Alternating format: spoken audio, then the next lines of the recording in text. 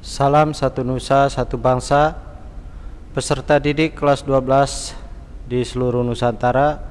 Pada kesempatan ini saya akan membahas materi bab 2 tentang perlindungan dan penegakan hukum di Indonesia. Kita lihat pengertian perlindungan hukum.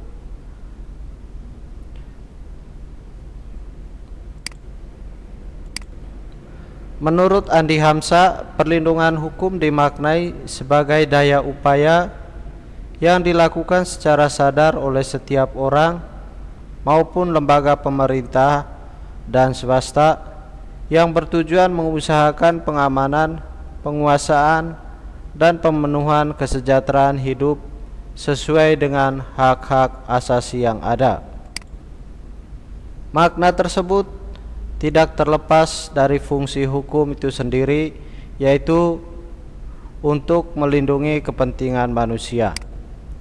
Dengan kata lain, hukum memberikan perlindungan kepada manusia dalam berbagai macam kepentingannya, dengan syarat manusia juga harus melindungi kepentingan orang lain.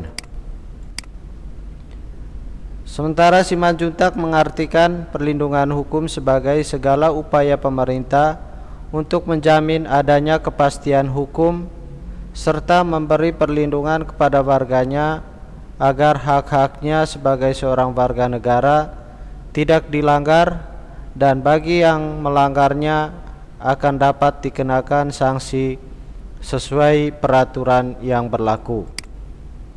Dengan demikian, suatu perlindungan hukum dapat dikatakan sebagai perlindungan hukum apabila mengandung unsur-unsur sebagai berikut. Pertama, adanya perlindungan dari pemerintah kepada warganya. Kedua, jaminan kepastian hukum. Ketiga, berkaitan dengan hak-hak warga negara. Keempat, adanya sanksi hukum bagi pihak yang melanggarnya. Pada hakikatnya, setiap orang berhak mendapatkan perlindungan dari hukum. Oleh karena itu, terdapat banyak macam perlindungan hukum.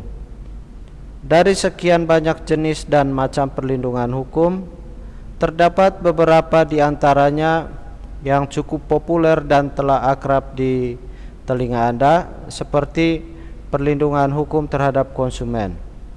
Perlindungan hukum terhadap konsumen diatur dalam Undang-Undang RI Nomor 8 Tahun 1999 tentang perlindungan konsumen. Undang-undang ini mengatur segala hal yang menjadi hak dan kewajiban antara produsen dan konsumen. Perlindungan hukum di Indonesia diberi juga kepada hak atas kekayaan intelektual atau HAKI. Pengaturan mengenai hak atas kekayaan intelektual meliputi hak cipta dan hak atas industri. Pengaturan mengenai hak atas kekayaan intelektual tersebut telah dituangkan dalam sejumlah peraturan perundang-undangan seperti Undang-Undang Nomor 28 Tahun 2014 tentang hak cipta, Undang-Undang Nomor 15 Tahun 2001 tentang merek, Undang-Undang Nomor 13 Tahun 2016 tentang paten, Undang-Undang Nomor 29 Tahun 2000 tentang perlindungan varietas tanaman dan sebagainya. Perlindungan hukum diberikan juga kepada tersangka sebagai pihak yang diduga telah melakukan pelanggaran hukum. Perlindungan hukum terhadap tersangka diberikan berkaitan dengan hak-hak tersangka yang harus dipenuhi agar sesuai dengan prosedur pemeriksaan sebagaimana diatur dalam peraturan perundang-undangan. Hukum dapat secara aktif menjalankan fungsinya untuk melindungi kepentingan manusia apabila ditegakkan. Dengan kata lain, perlindungan hukum dapat terwujud apabila proses penegakan hukum dilaksanakan. Pentingnya perlindungan hukum. Perlindungan dan penegakan hukum sangat penting dilakukan karena dapat mewujudkan hal-hal berikut ini. Pertama, tegaknya supremasi hukum. Supremasi hukum bermakna bahwa hukum mempunyai kekuasaan mutlak dalam mengatur pergaulan manusia dalam berbagai macam kehidupan. Dengan kata lain, semua tindakan warga negara maupun pemerintah selalu berlandaskan pada hukum yang berlaku. Tegaknya supremasi hukum tidak akan terwujud apabila aturan-aturan yang berlaku tidak ditegakkan baik oleh masyarakat maupun aparat penegak hukum. Tegaknya keadilan. Tujuan utama hukum adalah mewujudkan keadilan bagi setiap warga negara. Setiap warga negara dapat menikmati haknya dan melaksanakan kewajibannya merupakan wujud dari keadilan tersebut. Hal itu dapat terwujud apabila aturan-aturan ditegakkan. Mewujudkan perdamaian dalam kehidupan di masyarakat. Kehidupan yang diwarnai suasana yang damai merupakan harapan setiap orang. Perdamaian akan terwujud apabila setiap orang merasa dilindungi dalam segala bidang kehidupan. Hal itu akan terwujud apabila aturan-aturan yang berlaku dilaksanakan. Penegakan hukum. Kita lihat pengertian penegakan hukum. Proses penegakan hukum merupakan salah satu upaya untuk menjadikan hukum sebagai pedoman dalam setiap perilaku masyarakat maupun aparat atau lembaga penegak hukum. Dengan kata lain, penegakan hukum merupakan upaya untuk melaksanakan ketentuan-ketentuan hukum dalam berbagai macam bidang kehidupan. Penegakan hukum merupakan syarat terwujudnya perlindungan hukum. Kepentingan setiap orang akan terlindungi apabila hukum yang mengaturnya dilaksanakan baik oleh masyarakat ataupun aparat penegak hukum. Misalnya, perlindungan hukum konsumen akan terwujud apabila Undang-Undang Perlindungan Konsumen dilaksanakan. Hak cipta yang dimiliki oleh seseorang juga akan terlindungi apabila ketentuan mengenai hak cipta juga dilaksanakan. Begitu pula dengan kehidupan di sekolah, keluarga, dan masyarakat akan tertib, aman, dan tentram apabila norma-norma berlaku di lingkungan tersebut dilaksanakan. Pentingnya penegakan hukum. Menurut Suryono Sukanto, keberhasilan proses perlindungan dan penegakan hukum tidaklah semata-mata menyangkut ditegakkannya hukum yang berlaku, akan tetapi sangat bergantung pada beberapa faktor berikut ini. Pertama, hukumnya. Dalam hal ini yang dimaksud adalah undang-undang yang dibuat tidak boleh bertentangan dengan ideologi negara. Selain itu, penyusunan undang-undang dibuat haruslah menurut ketentuan yang mengatur kewenangan pembuat undang-undang sebagaimana diatur dalam konstitusi negara. Selanjutnya, undang-undang haruslah dibuat sesuai dengan kebutuhan dan kondisi masyarakat di mana undang-undang tersebut diberlakukan. Penegakan hukum, yakni pihak-pihak yang secara langsung terlibat dalam bidang penegakan hukum. Penegak hukum harus menjalankan tugasnya dengan baik sesuai dengan peranannya masing-masing yang telah diatur dalam peraturan perundang-undangan. Menjalankan tugas tersebut dilakukan dengan mengutamakan keadilan dan profesionalisme, sehingga menjadi panutan masyarakat serta dipercaya oleh semua pihak, termasuk semua anggota masyarakat.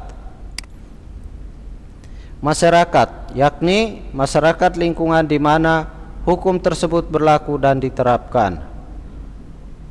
Maksudnya, warga masyarakat harus mengetahui dan memahami hukum yang berlaku serta menaati hukum yang berlaku dengan penuh kesadaran akan pentingnya dan perlunya hukum bagi kehidupan masyarakat.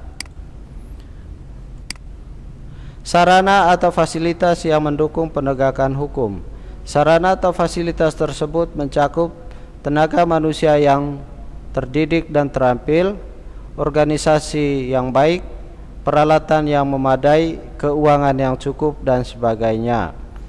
Ketersediaan sarana dan fasilitas yang memadai merupakan suatu keharusan bagi keberhasilan penegakan hukum.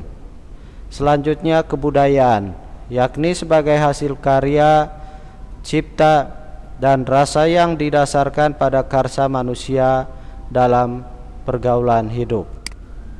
Dalam hal ini, kebudayaan mencakup nilai-nilai yang mendasari hukum yang berlaku, nilai-nilai mana yang merupakan konsepsi-konsepsi abstrak mengenai apa yang dianggap baik sehingga dianut, dan apa yang dianggap buruk sehingga dihindari.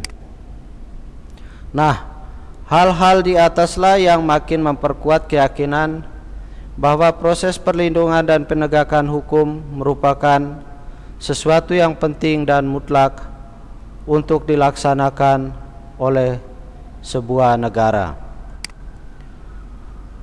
Peran lembaga penegak hukum. Pertama, Kepolisian Republik Indonesia. Anda tentunya sering sekali bertemu dengan anggota kepolisian. Peran yang mereka tampilkan bermacam-macam, seperti mengatur lalu lintas, memberantas gerakan-gerakan terorisme, mencegah penyalahgunaan narkoba, dan lain sebagainya. Kepolisian Republik Indonesia atau yang sering disingkat Polri merupakan lembaga negara yang berperan dalam memelihara keamanan dan ketertiban masyarakat, menegakkan hukum, serta memberi perlindungan, pengayoman, dan pelayanan kepada masyarakat dalam rangka terpeliharanya keamanan dalam negeri.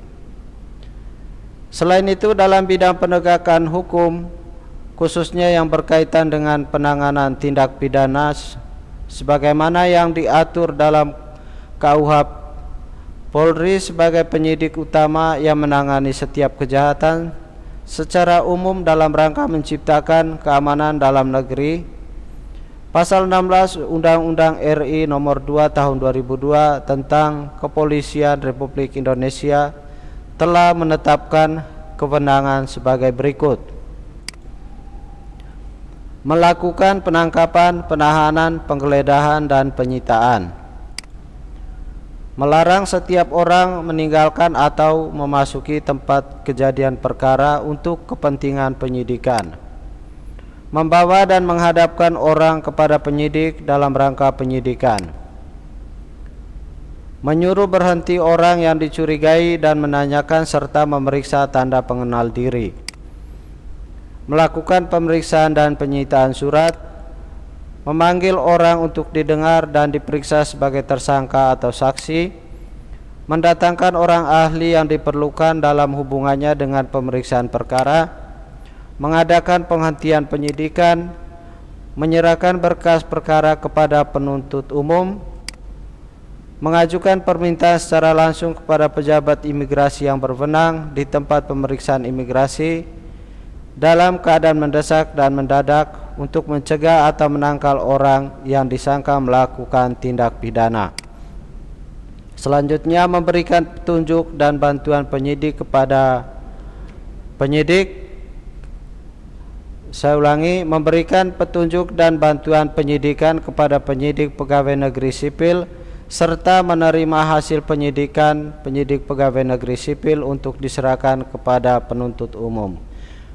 Selanjutnya, mengadakan tindakan lain menurut hukum yang bertanggung jawab, yaitu tindakan penyelidikan dan penyidikan yang dilaksanakan dengan syarat sebagai berikut: 1. Tidak bertentangan dengan suatu aturan hukum, selaras dengan kewajiban hukum yang mengharuskan tindakan tersebut dilakukan, harus patut, masuk akal, dan termasuk dalam lingkungan jabatannya. Pertimbangan yang layak berdasarkan keadaan yang memaksa dan menghormati hak asasi manusia. Yang berikut, Kejaksaan Republik Indonesia. Kejaksaan Republik Indonesia adalah lembaga negara yang melaksanakan kekuasaan negara, khususnya di bidang penuntutan. Penuntutan merupakan tindakan jaksa untuk melimpahkan perkara pidana kepada pengadilan negeri yang berwenang dalam hal dan menurut cara yang diatur dalam undang-undang, dengan permintaan supaya diperiksa dan diputuskan oleh hakim di sidang pengadilan. Pelaku pelanggaran pidana yang akan dituntut adalah yang benar bersalah dan telah memenuhi unsur-unsur tindak pidana yang disangkakan dengan didukung oleh barang bukti yang cukup dan didukung oleh minimal 2 orang saksi.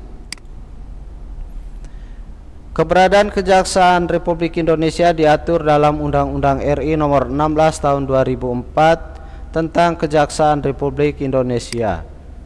Berdasarkan undang-undang tersebut, kejaksaan sebagai salah satu lembaga penegak hukum dituntut untuk lebih berperan dalam menegakkan supremasi hukum, perlindungan kepentingan umum, penegakan hak asasi manusia, serta pemberantasan korupsi, kolusi, dan nepotisme atau KKN. Kejaksaan RI sebagai lembaga negara yang melaksanakan kekuasaan negara di bidang penuntutan harus melaksanakan fungsi, tugas, dan wewenangnya secara merdeka, terlepas dari pengaruh kekuasaan pemerintah dan pengaruh kekuasaan lainnya. Adapun yang menjadi tugas dan wewenang kejaksaan dikelompokkan menjadi 3 bidang berikut ini. Pertama, di bidang pidana, melakukan penuntutan, melaksanakan penetapan hakim dan putusan pengadilan yang telah memperoleh kekuatan hukum tetap, melakukan pengawasan terhadap pelaksanaan putusan pidana bersyarat, putusan pidana pengawasan, dan keputusan lepas bersyarat, melakukan penyidikan terhadap tindak pidana tertentu berdasarkan undang-undang, melengkapi berkas perkara tertentu, dan untuk itu dapat melakukan pemeriksaan tambahan sebelum dilimpahkan ke pengadilan yang dalam pelaksanaannya dikoordinasikan dengan penyidik. Selanjutnya di bidang perdata dan tata usaha negara, kejaksaan dengan kuasa khusus dapat bertindak baik di dalam maupun di luar pengadilan untuk dan atas nama negara atau pemerintah dalam bidang ketertiban dan ketentraman umum, peningkatan kesadaran hukum masyarakat, pengamanan kebijakan penegakan hukum, pengawasan peredaran barang cetakan, pengawasan aliran kepercayaan yang dapat membahayakan masyarakat dan negara, pencegahan penyalahgunaan dan atau penodaan agama, penelitian dan pengembangan hukum, serta statistik kriminal. Kita lihat peran hakim. Di Indonesia, perwujudan kekuasaan kehakiman diatur sepenuhnya dalam Undang-Undang RI Nomor 48 Tahun 2009 tentang kekuasaan kehakiman yang merupakan penyempurnaan dari Undang-Undang RI Nomor 4 Tahun 2004 tentang kekuasaan kehakiman. Berdasarkan undang-undang tersebut, kekuasaan kehakiman di Indonesia dilakukan oleh Mahkamah Agung. Badan peradilan yang berada di bawah Mahkamah Agung meliputi badan peradilan yang berada di lingkungan peradilan umum, peradilan agama, peradilan militer, peradilan tata usaha negara, serta oleh sebuah mahkamah konstitusi. Lembaga-lembaga tersebut berperan sebagai penegak keadilan dan dibersihkan dari setiap intervensi baik dari lembaga legislatif, eksekutif, maupun lembaga lainnya. Kekuasaan kehakiman yang diselenggarakan oleh lembaga-lembaga tersebut dilaksanakan oleh hakim. Hakim adalah pejabat peradilan negara yang diberi wewenang oleh undang-undang untuk mengadili. Mengadili merupakan serangkaian tindakan hakim untuk menerima, memeriksa, dan memutuskan perkara hukum berdasarkan asas bebas, jujur, dan tidak memihak di sebuah sidang pengadilan berdasarkan ketentuan perundang-undangan. Dalam upaya menegakkan hukum dan keadilan serta kebenaran, hakim diberi kekuasaan yang merdeka untuk menyelenggarakan peradilan. Dengan kata lain, hakim tidak boleh dipengaruhi oleh kekuasaan-kekuasaan lain dalam memutuskan perkara. Apabila hakim mendapatkan pengaruh dari pihak lain dalam memutuskan perkara, cenderung keputusan hakim itu tidak adil, yang pada akhirnya akan meresahkan masyarakat, serta wibawa hukum dan hakim akan pudar.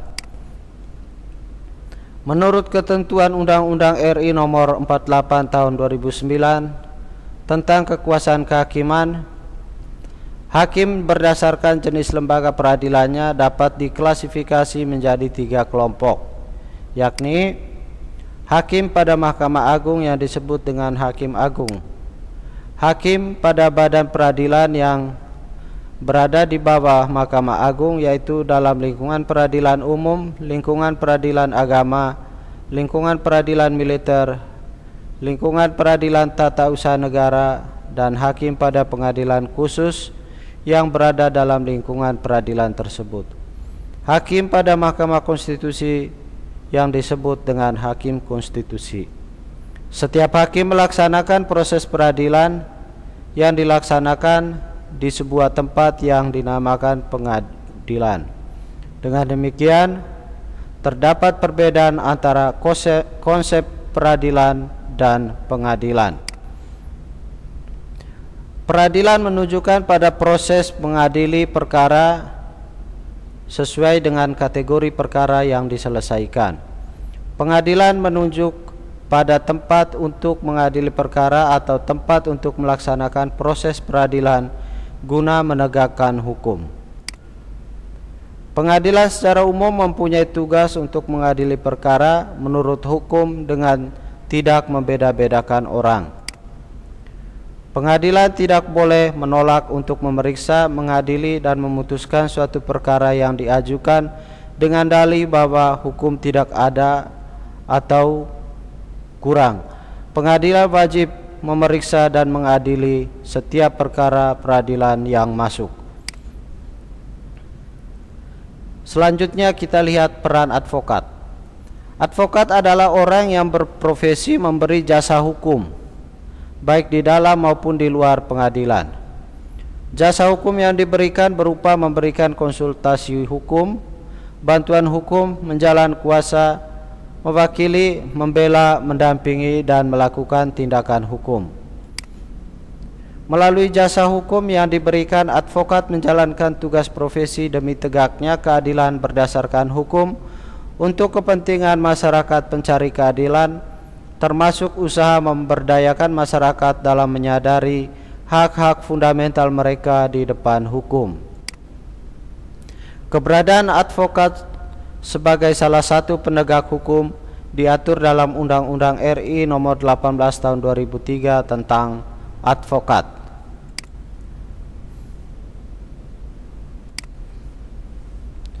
Melalui undang-undang ini, setiap orang memenuhi persyaratan dapat menjadi seorang advokat. Adapun persyaratan untuk menjadi advokat di Indonesia diatur dalam pasal 3 Undang-Undang RI Nomor 18 Tahun 2003 tentang advokat, yaitu pertama, harus warga negara Republik Indonesia. 2, bertempat tinggal di Indonesia, tidak berstatus sebagai pegawai negeri atau pegawai negara, berusia sekurang-kurangnya 25 tahun, berijazah sarjana yang berlatar belakang pendidikan tinggi hukum, lulusan ujian yang diadakan oleh organisasi advokat, magang sekurang-kurangnya 2 tahun terus-menerus pada kantor advokat, tidak pernah dipidana karena melakukan tindak pidana kejahatan yang diancam dengan pidana penjara 5 tahun atau lebih, serta berperilaku baik, jujur, bertanggung jawab, adil, dan mempunyai integritas yang tinggi.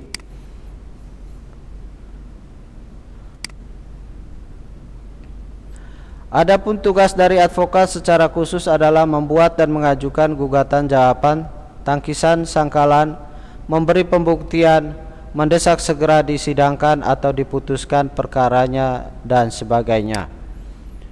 Di samping itu, pengacara bertugas membantu hakim dalam mencari kebenaran dan tidak boleh memutarbalikkan peristiwa demi kepentingan kliennya agar kliennya menang dan bebas.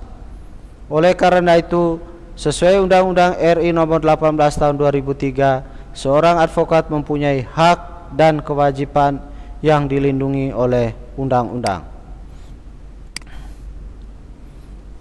Adapun yang menjadi hak advokat adalah sebagai berikut. Advokat bebas mengeluarkan pendapat dan atau pernyataan dalam membela perkara yang menjadi tanggung jawab di dalam sidang pengadilan dengan tetap berpegang pada kode etik profesi dan peraturan perundang-undangan.